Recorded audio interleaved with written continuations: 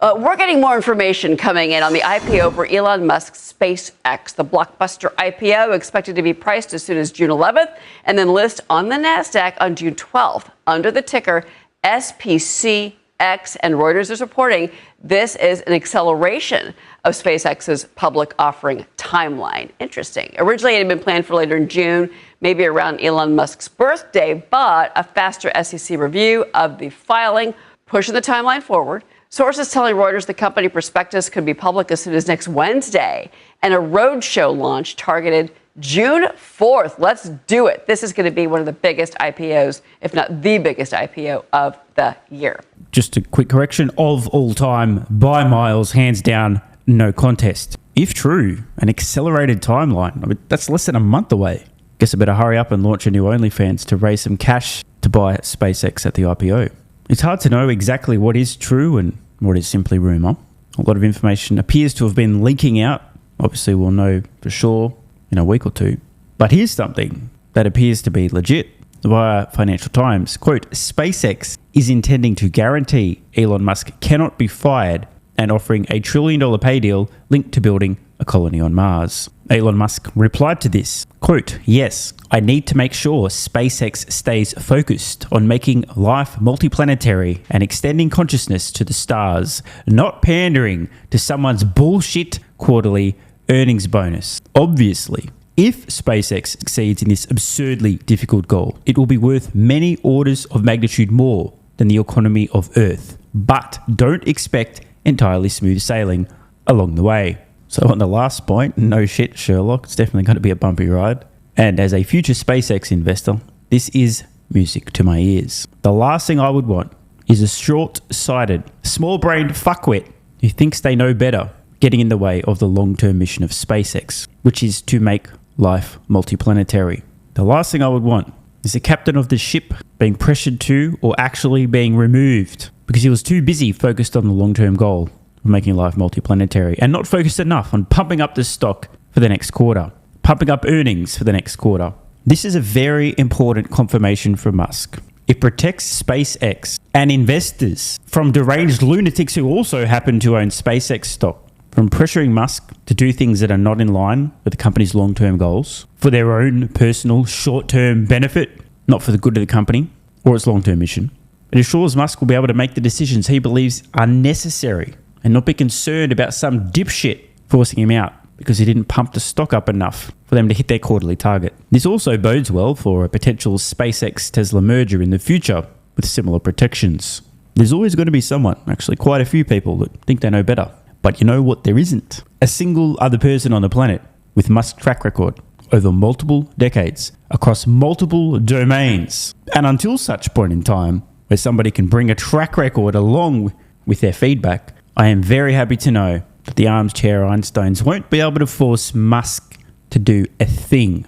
Importantly, the fact that potential SpaceX investors will know the deal, the terms of ownership before the company IPOs is fantastic. Don't like it? Don't own the stock, bitches. Let's read a few key points from the article. Headline, SpaceX IPO set to lock in Elon Musk's control with a Mars-linked pay deal. Investors expected to accept a $1.75 trillion valuation, weak shareholder rights, and billionaire's sci-fi business vision. SpaceX has proposed one of the most aggressive corporate governance regimes in US history, intending to guarantee Elon Musk cannot be fired and offering a $1 trillion pay deal linked to building a colony on Mars, which, by the way, we discussed a few weeks ago on this channel. The unprecedented structure has not deterred investors. Now, I just have to jump in here. As I was saying earlier, this is actually not a deterrent at all. The polar opposite of a deterrent. This is an extremely positive thing for at least this future SpaceX investor. The last thing I want is a fuckwit, or many fuckwits, ousting Musk and fucking up the long-term mission of the company. Back to the article. The unprecedented structure has not deterred investors who are overlooking weak shareholder rights and a science fiction business strategy for a chance to own a unique company headed for the largest ever IPO. The article continues, Musk is targeting, as opposed to SpaceX, kind of weird, but okay. Musk is targeting a listing next month to coincide with a rare alignment of planets, his 55th birthday on June 28th, and ahead of the 250th anniversary of the US on July 4th. I'm sorry, is this article attempting to claim that the SpaceX IPO is specifically planned to land on a specific day just so it can coincide with the rare alignment of planets and his birthday and ahead of the 250th anniversary of the US. This makes no fucking sense. If the IPO were on the 250th anniversary of the US, okay, did they just go scrape, hey, what are some upcoming dates and things of note that are before or after or close to the IPO that we can say he's trying to target? What? This is bizarre. Anyway, as we've heard today, potentially 12th of June. Is there any significance to that date other than the fact that it's as soon as fucking possible? Probably not. Time is of the essence. While figures are still fluid, the rocket maker has discussed raising about $75 billion at a $1.75 trillion valuation. And here's a quote. Quote, from a strict corporate finance perspective, the valuation makes no sense, but Elon is great at getting people to dream, said a person advising on the deal.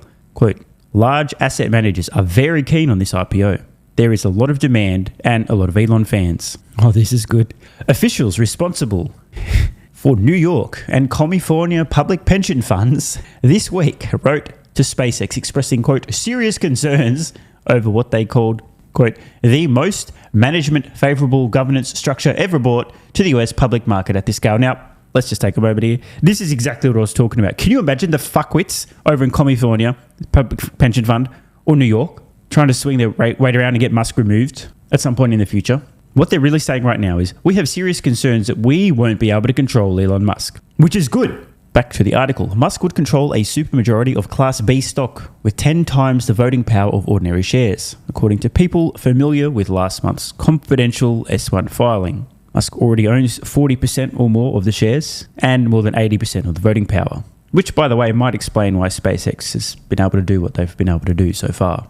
Prospectus warns potential investors that Musk can only be removed by Class B shareholders and that he will continue to control the election and removal of directors as long as he holds his stake. This will limit or preclude your ability to influence corporate matters. Perfect! SpaceX will also require mandatory arbitration for shareholder disputes, eliminating the risk of the protracted, total bullshit, I will add, ridiculous, absurd public lawsuits he faced in Delaware and California about Tesla and Twitter.